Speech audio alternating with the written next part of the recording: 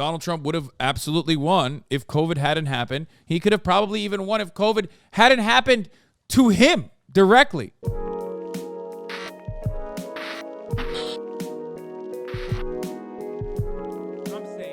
You know who's not delaying his announcement for running for president? That's right, Joe Brandon, the current president. He's running for re-election. Oh my God, we were so shocked. Let's take a look. Now official in writing, right there, also in video, President Biden says he wants to finish the job and wants to beat what he calls MAGA extremism again. When I ran for president 4 years ago, I said we're in a battle for the soul of America, and we still are. The question we're facing is whether in the years ahead we have more freedom or less freedom, more rights or fewer. I know what I want the answer to be, and I think you do too. This is not a time to be complacent. That's why I'm running for re-election. It was exactly 4 years ago today that Biden threw his hat in the ring for 2020 and warned voters then about Donald Trump's rhetoric.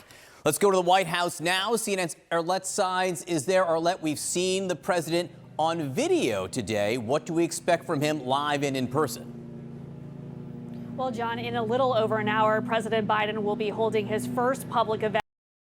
What the fuck? What are they mowing the lawn of the White House? God damn it. Wait, what's happening back there? The buzzing is like ridiculous.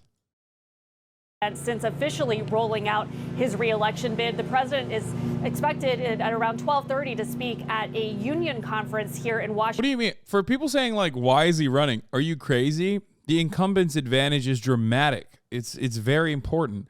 It doesn't matter if he's 700 years old. It's too late. He already won one time when he was old, knowing full well that, like, you know, by the second time he was running, he was going to fucking run again.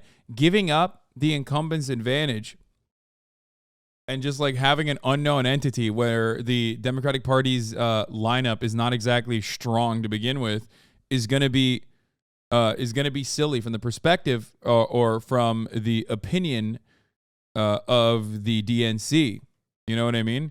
It makes total sense. Having someone go up against, like having someone take the mantle from him could have been an option, but instead we went with Kamala fucking Harris as the VP. So good luck with that.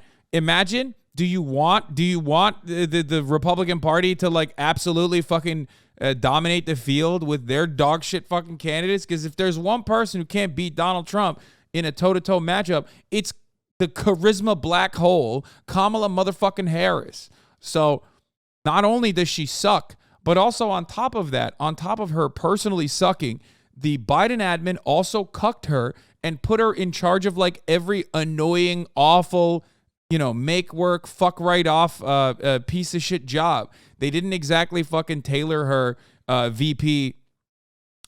They did not exactly tailor her to be the next suitor, to be the runner-up as the vice president, to be the president. So that was awful, absolutely fucking devastating from the DNC side. A lot of people are saying gruesome Newsom. I mean, sure. That, you know, last time we had a fucking California governor become president, it was devastating for the United States of America. His name was Ronald Reagan. Now, but who knows? Who knows? There isn't an option better that can get enough people to agree in the Democratic Party. I don't think that Joe Biden is going to activate the base. He's not going to motivate the base, but who knows? Who knows? If Bernie Sanders runs again, you know where I'm staying. You know, I'm going to absolutely fucking vote for him illegally and campaign for him and want everybody to vote for him, especially in the primaries. There are people that could be interesting, and some of which are controversial, some of which are not. J.B. Pritzker could be an interesting person to run potentially in the Democratic for the Democratic presidency inevitably down the line. Gretchen Whitmer is another one that's like controversial in this space, but probably could do a decent job. As far as like female candidates goes, I think Big Gretch is pretty solid.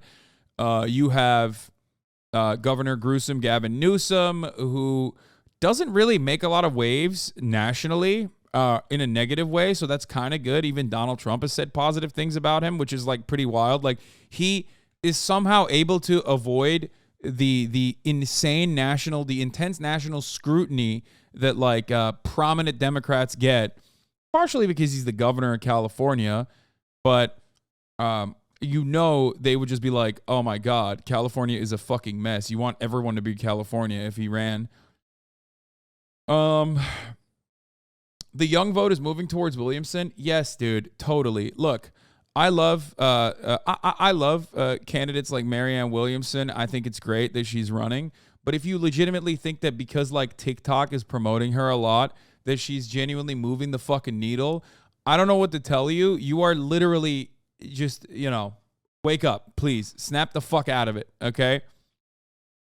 It is perhaps, it's interesting to see what will happen with like how much TikTok can genuinely shift Democratic politics, but I suspect that you are out of your fucking mind, I think, if you think that she's like...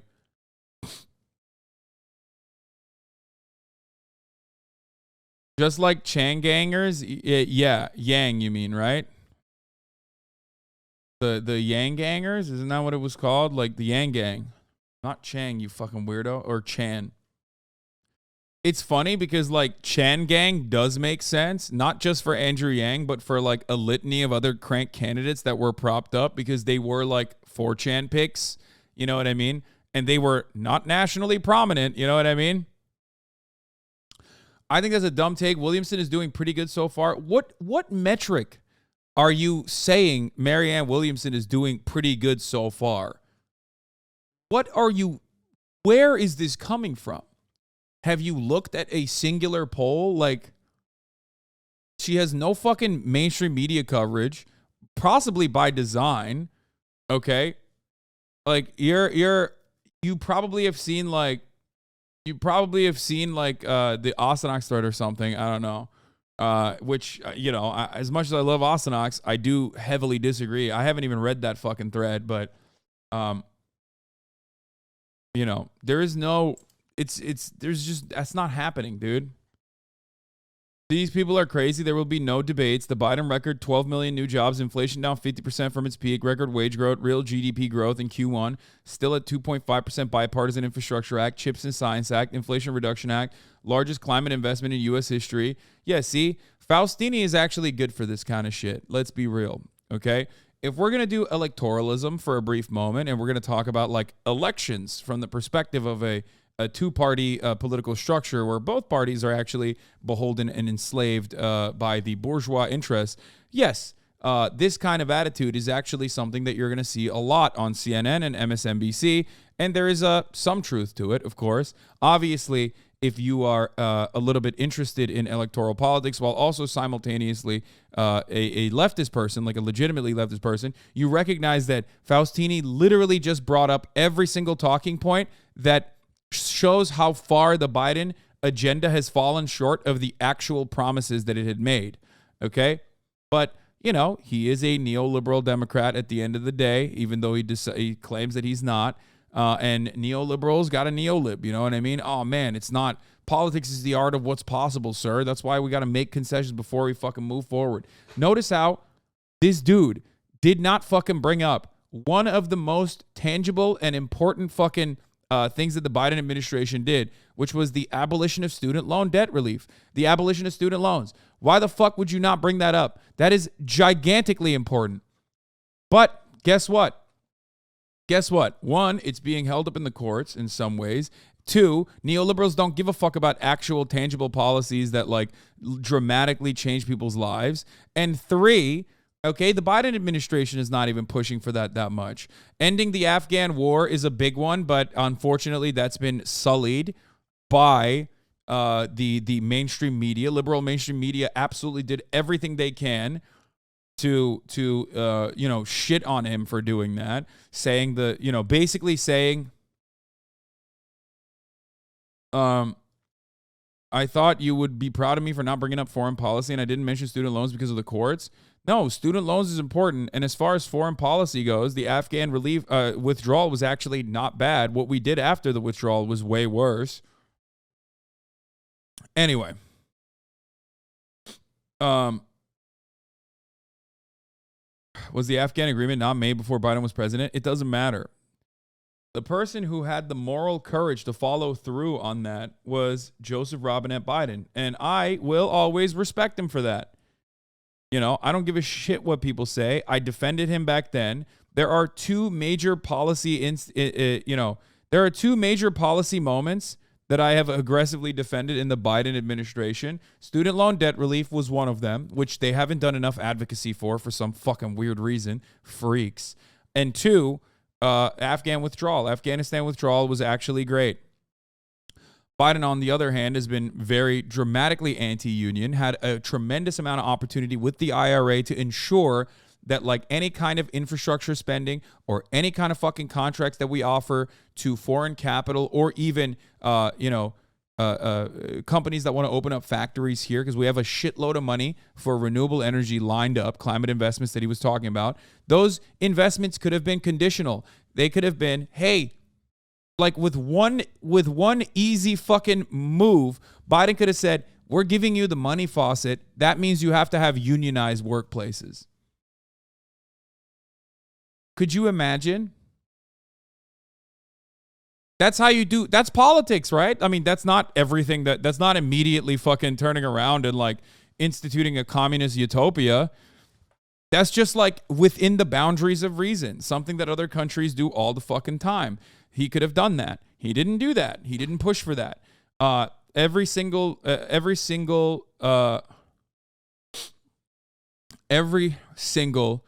legislative agenda item that Joseph Robinette Biden has pushed for, that he claimed he was going to get through, has been eviscerated, shred to fucking bits by the rotating villain within the Democratic Party before it even reaches the other side of the fucking aisle.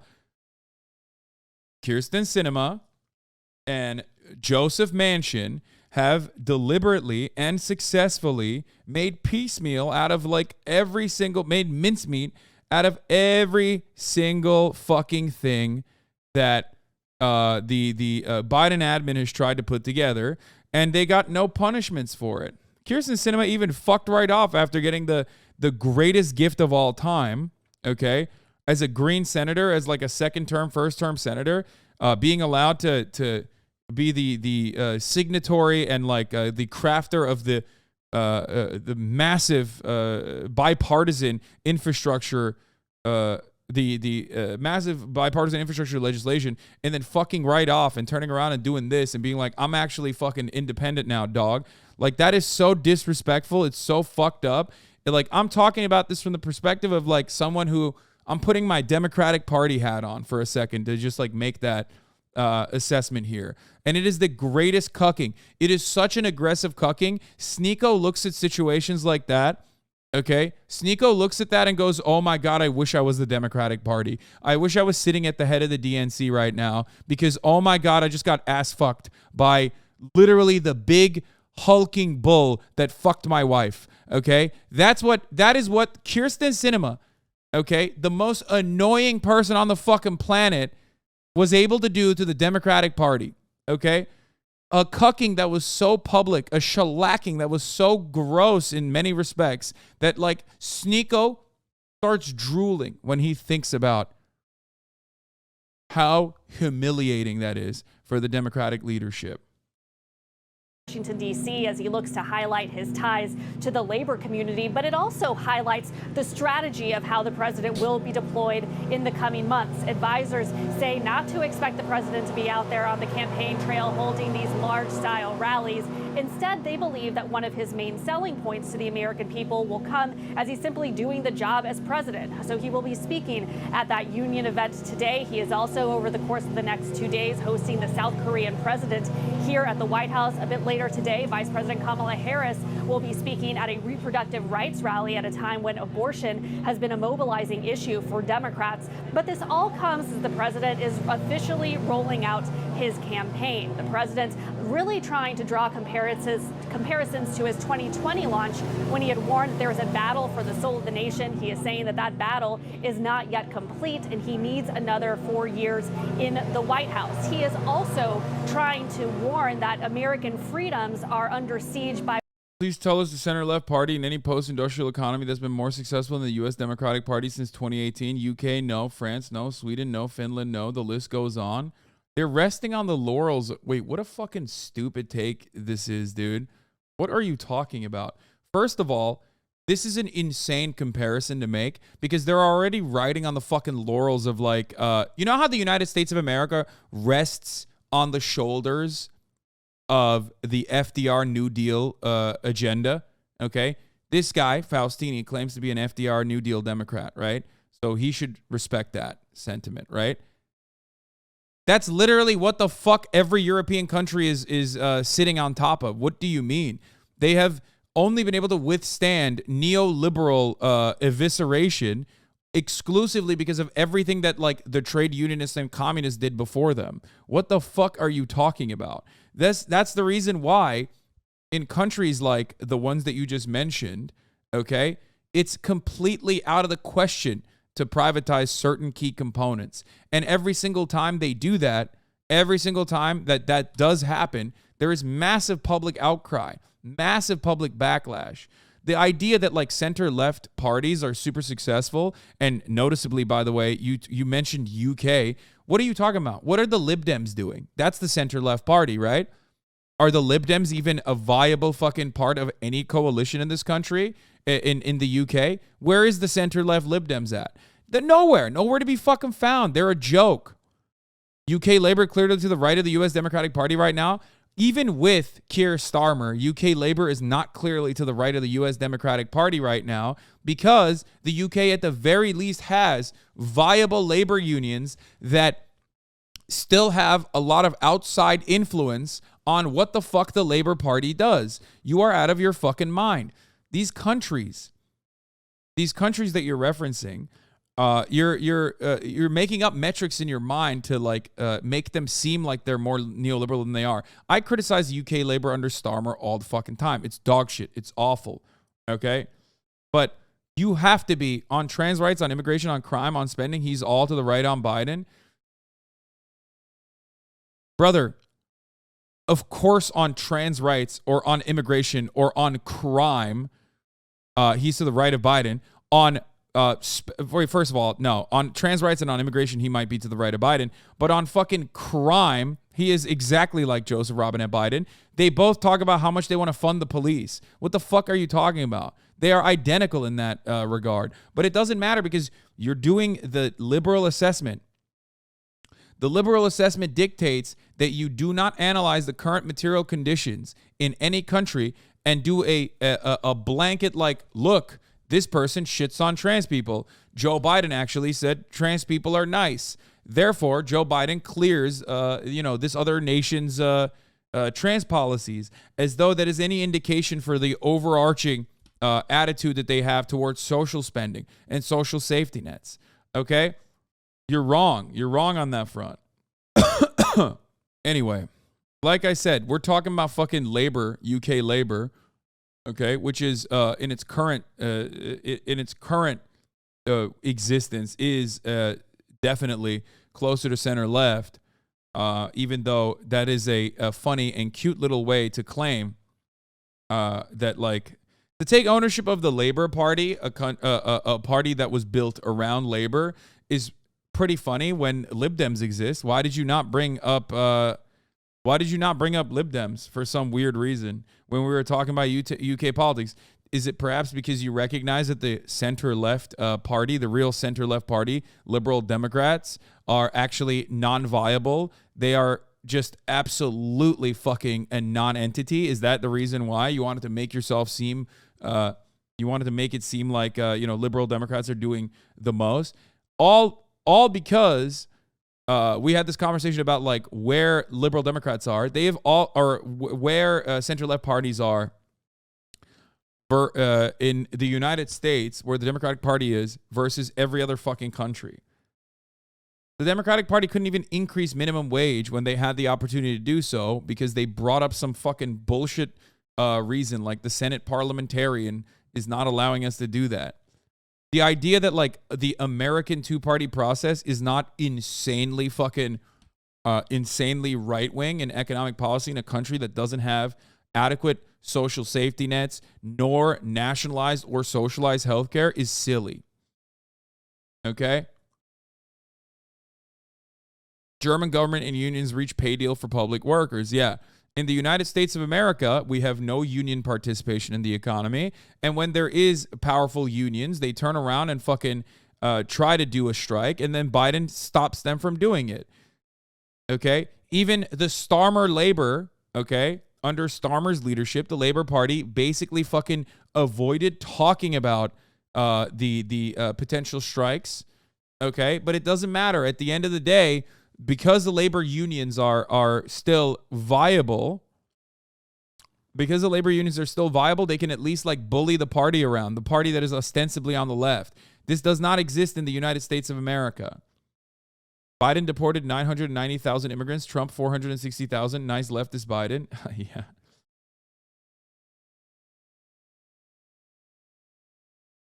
Yeah.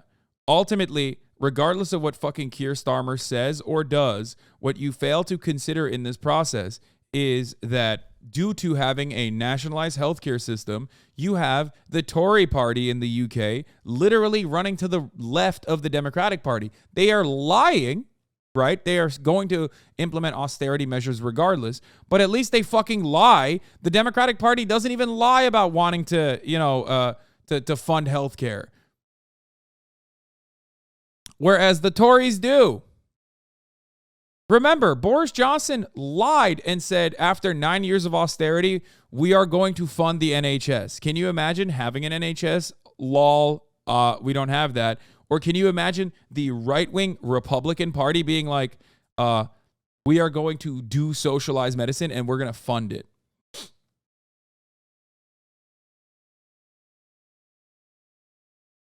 Nah, you're wrong. It's true that a lot of Democrats over here be Tories, but Tories are 100% to the right of the Democrats. Maybe I misheard you. Of course, Tories are still the right-wing party and very right-wing in the UK. I'm saying that if you look at the actual material conditions, though, and the actual social policies, social spending that exists in these nations, the Tories can't get away with fucking... the Tories can't get away with straight up being like, we're going to cut social safety nets. They can't. Okay?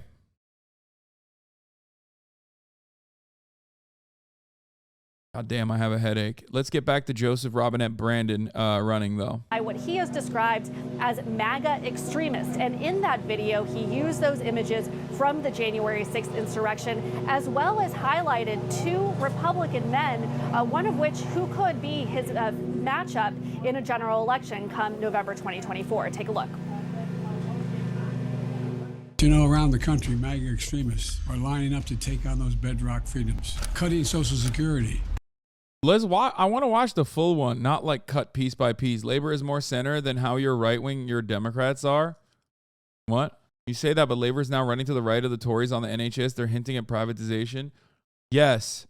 Fuck Keir Starmer. I understand that. I doubt that they will actually... I don't know what the fuck Labor is going to do. I'm sick and tired of having this conversation. The point is that there is a center-left party in the UK. They didn't even bring that up. They didn't fucking bring up the reality on the ground with a nationalized healthcare system. They didn't bring up the fact that even the Tory party, regardless of like its attempts to implement austerity measures, recognizes how unpopular it is. Okay? Here, let's just watch the full fucking ad real quick. I got sidetracked to oblivion.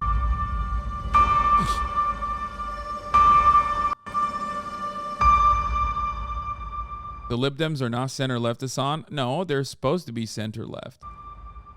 Freedom. Personal freedom is fundamental to who we are as Americans. There's nothing more important, nothing more sacred. That's been the work of my first term, to fight for our democracy. This shouldn't be a red or blue issue. To protect our rights, to make sure that everyone in this country is treated equally and that everyone is given a fair shot at making it. But you know, around the country, MAGA extremists are lining up to take on those bedrock freedoms. Cutting Social Security that you paid for your entire life while cutting taxes for the very wealthy. Dictating what healthcare decisions women can make. Banning books and telling people who they can love. All while making... I mean, look. The Republicans have gift wrapped someone who is not going to rock the fucking boat an absolute lock, okay? Everything that the Republicans are doing at the state legislature level is so unimaginably insane that, like, a Democrat that's like, I don't want this to happen, don't you think that's crazy, is just going to look better. So, you know, you can have someone who's old, but at least has, like, run the country, you know what I mean? And no matter how much people try to say, like, the country is fucking terrible, the country's terrible, vibes across the board show Brandon looking good. Now, of course, a lot can change in the next year. The economy could, implode once again. We can have a severe recession, and people start genuinely experiencing the most devastating impacts of that. I've said this before. Donald Trump lost because COVID happened. Donald Trump would have absolutely won if COVID hadn't happened. He could have probably even won if COVID hadn't happened to him directly. Senator Bernie Sanders says he's endorsing Biden for re-election. Yeah, I mean, it's over. It's Jover. Making it more difficult for you to be able to vote. I want to bet he didn't even get concessions from him to do this. I mean, he's 7 million years old, dude. Everybody calm down. Stop yelling at Bernie Sanders. Like, let the man fucking rest. Let the man fucking rest and you know, live his remaining days out as he tries to, I don't know, as he tries to exist on this planet.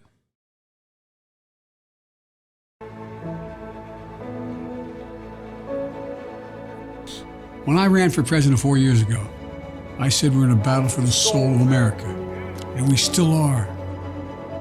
The question we're facing is whether in the years ahead we have more freedom or less freedom, more rights or fewer. I know what I want the answer to be, and I think you do too. This is not a time to be complacent. That's why I'm running for It's kind of wild that, like, you were president for 4 years. Like, when Donald Trump ran, like, he kept saying, we're going to make America great again, because he didn't really have a lot of, like, bona fides to point to. It's weird that this ad doesn't show any of the things that Faustini was chirping about in the chat. Like, the least Biden could have done has been like, we gave money back to the children, Jack. You're not crippled by student loan debts. You know what I mean? Like, just point to, like, tangible policies. Like, largest infrastructure spending package of all time, Jack, and we did it bipartisan. Yeah, the only policy that gets any real airtime, yeah, Ryan is right, is voting rights, and it's also the policy he gave up on the fastest. There's a passing mention of abortion rights, of course, without saying abortion rights or even Roe, but no suggestion of what he'll do about that. Presumably, he'll codify Roe, but that's left to the imagination. Zero on what he'll do when it comes to jobs, wages, inflation, union power, healthcare. He's going to fight the MAGAs, though. When's the last time a president won an election on tangible policy? Well, here's what you got to do. There's the defensive strategy, which is like, MAGA Republicans are crazy, Jack, don't you think? Okay. And then there's the offensive shit where you could turn around and be like, this is what we did. It's got to have a bit of both. And he hasn't talked about any of the shit that he has supposedly done. Anyway.